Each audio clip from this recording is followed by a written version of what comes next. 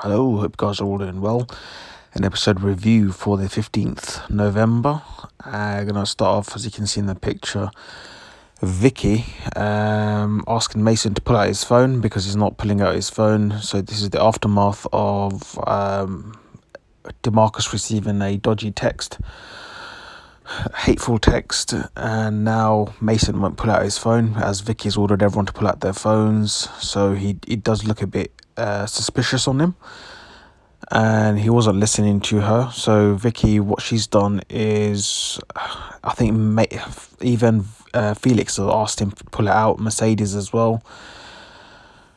He's pulled it out eventually, like after probably like a minute, and then she rang it. He didn't ring, and then he had a very chuffed look on his face. So he clearly must have done something, either put it on silent or maybe as a second SIM. I'm not too sure how he's done it, but yeah, it's very dodgy the way he's done it. But later on, I think DeMarcus did something clever, post something on his story on social media,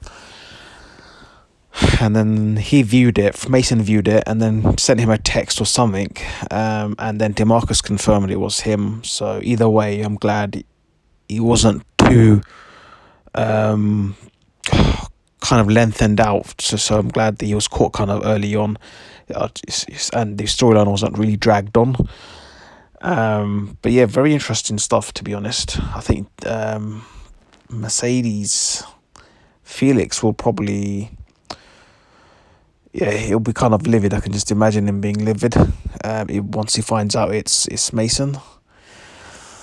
But let's talk about Mercedes and Felix. You can tell they're liking each other day by day, kind of improving their situation.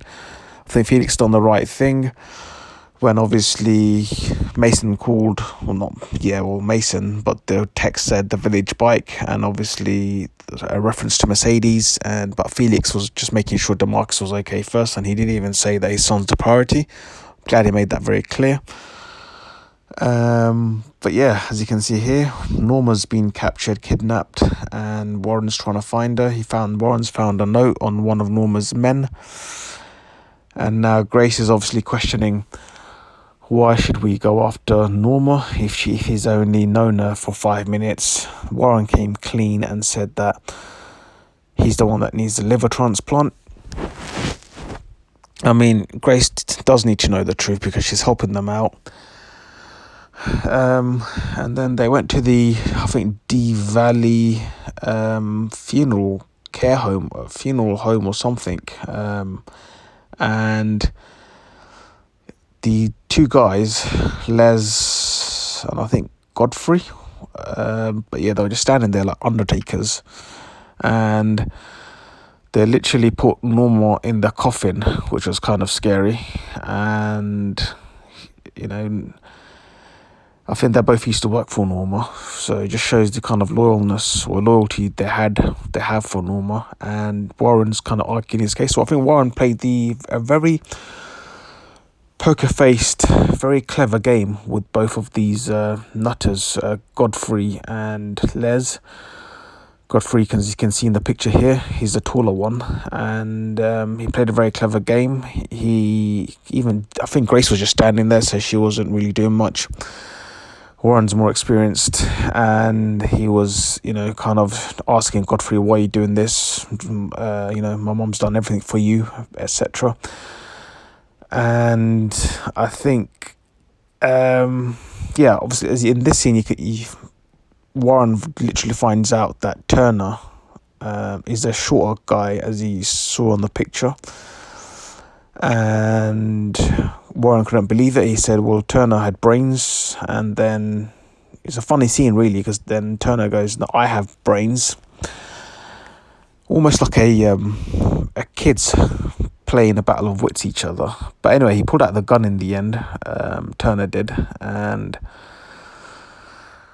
it got quite scary because you got Norma in the coffin, Warren's got a dodgy liver, and it's going to be very difficult to fight back. But luckily, he just managed to get Godfrey on side, and Godfrey snapped Les's forearm and just hit, and then the gun fell out, basically did a clever move on the forearm, and then the gun fell on the floor.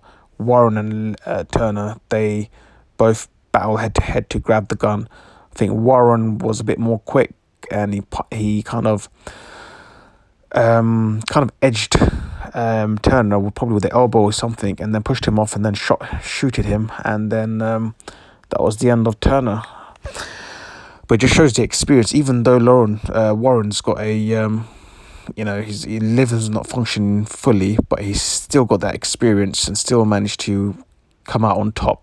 The whole thing is, Warren, he used his brains and the strength he has left. I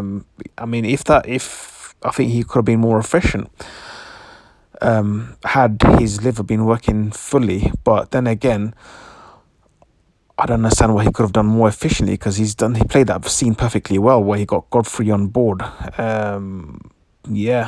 Great work from Warren, to be honest. Oh yeah, and everyone else trying to help Imran with the eating disorder, basically trying to spy on him, etc. And he went to the burger shop, got a burger. Then all of a sudden he was gone. Prince took some photos. And then, I thought it was, obviously in the end we saw Juliet found the burger fully uneaten in the bin, intact. And then Imran came out, goes, what were you doing? She goes, she's looking for a flyer to order takeout. Should I get you anything? So Juliet's acting very carefully as well. I like the way Juliet's approaching it, just making sure she's got all the evidence before she goes round causing a scene. So I think Juliet's actually very smart in that sense. And it's a sad story really, because unfortunately there's no quick fix when someone like Imran is going through that. And I think obviously Yaz is trying to keep hopeful and believing the pictures that Prince sent her, that Imran's eating. That's not really the case. I think Juliet saw that from the get-go. And when Tom bought that new sofa and he was doing the shouting pivot, Prince goes pivoting, that was kind of funny. Reminds me of the Friends scene. I don't know if you guys watched the sitcom Friends, when Ross was shouting pivot when they were getting their sofa inside their building. I don't know if Hollyoaks did that deliberately, but anyway guys, that's a wrap. I'll see you in the next one.